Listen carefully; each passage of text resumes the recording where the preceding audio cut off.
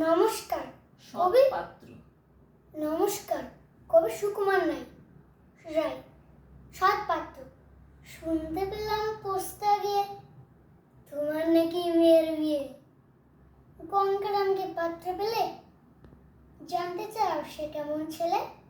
মন্দ নয় সে পাত্র ভালো, সংযদিও বেজায় কালো। তার উপরে মুখের গঠন দেখতে একটা ঠিক পেঁচার মতো।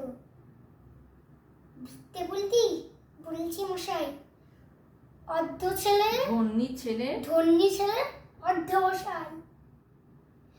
নিস্তিবার নেত্রিকেশে ঘায়ল হয়ে থামলো শেষে।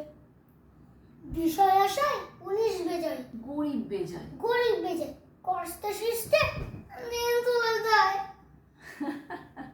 এই যে কষ্ট সৃষ্টে